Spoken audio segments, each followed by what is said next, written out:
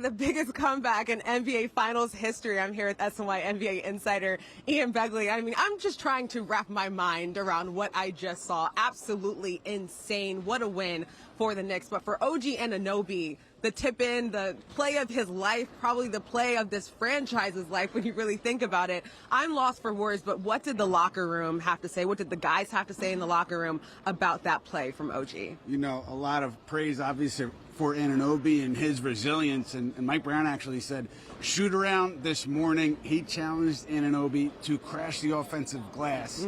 And obviously, he crashed it in a big way to win the game. And so, you know, Brown obviously still pushing all the right buttons here, but Anunoby just makes a forever play in New York sports history. Obviously, if the Knicks go on to win this series, that is going to go down for the books as one of the great plays in this franchise's history. Anunoby, though, stoic as always, wasn't really celebrating after the game. He was kind of taking you through matter-of-factly from what he saw on the play.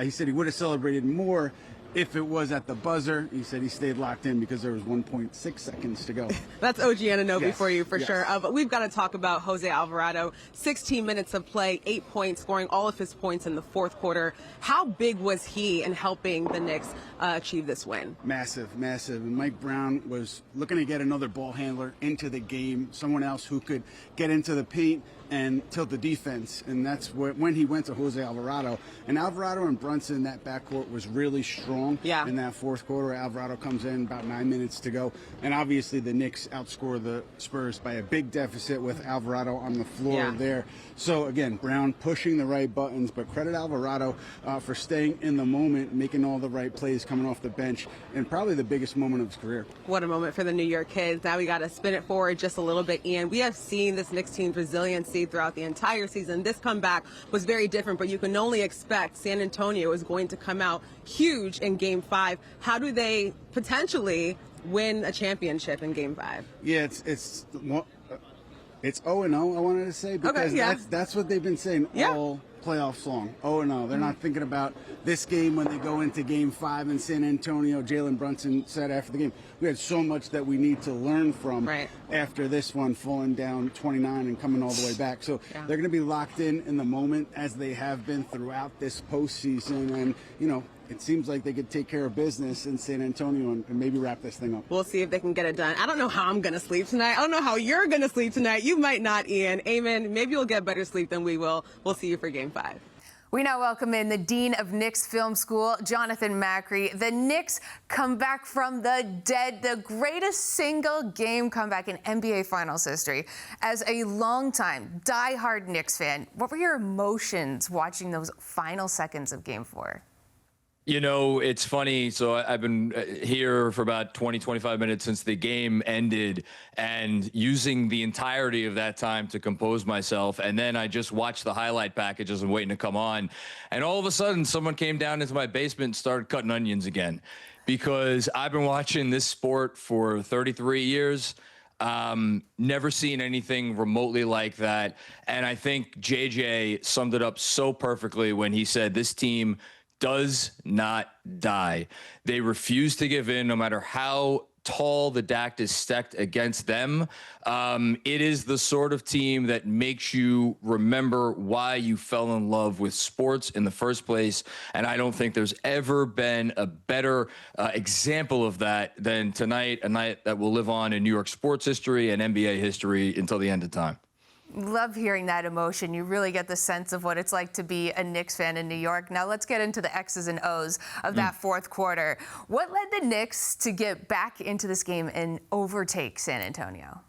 Well, we were saying it throughout the whole first half when we were doing our Knicks Film School watch-along. This San Antonio team is not going to give you a lot. So when you get an opportunity to take a three, you take that three and you hope you make it. I think it was big that the Knicks hesitated less from behind the arc over the course of the second half.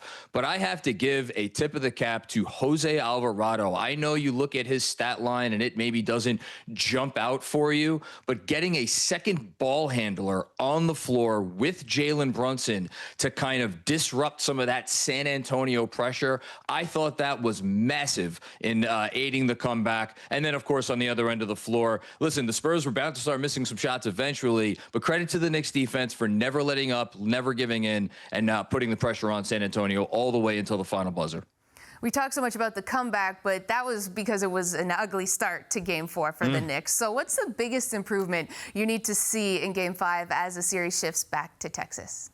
Well, I think we saw it for the most part in the second half, which is that you have to recognize, look, Wemby is down there. He is not going anywhere. He's not, he may come out of the game here or there. So when we get our opportunities, we have to take advantage of them. There cannot be a lot of hesitation. I think you saw in the first half, there was driving and kicking, but a lot of hesitation, a lot of pump fakes. Not coincidentally, that led to some bad turnovers. Spurs, for much of this game, had a bunch of points off of Knicks turnovers. You have to avoid that against this Spurs defense. And then I think, look, making shots is always great, but I really do think that they found something with the Alvarado-led lineup, and just the more you could do to pull Wemby away from that basket. That's the name of the game. If you could do that, you give yourself a chance on offense. And last thing, Karl-Anthony Towns not being in foul trouble in the second half, because if he is out there, it's a game changer for the Knicks. So let's hope he can stay out of foul trouble in Game 5.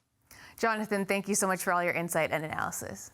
JJ, we were all watching this together here at SNY. When did you truly, in your heart, get a sense of belief that the Knicks could pull this off? Gut feel was the OG Anunoby corner three that cut it to a 4-point deficit. But, fellas, shame on me, because we witnessed and watched the Knicks go and pull off an all-time comeback against the Cleveland Cavaliers in Game 1, but it felt different against San Antonio because of their physicality, because of Wemby, because of Karl-Anthony Towns getting taken out of the game in the first minute or two. But this team is flat-out relentless. It doesn't matter what the lineup may be.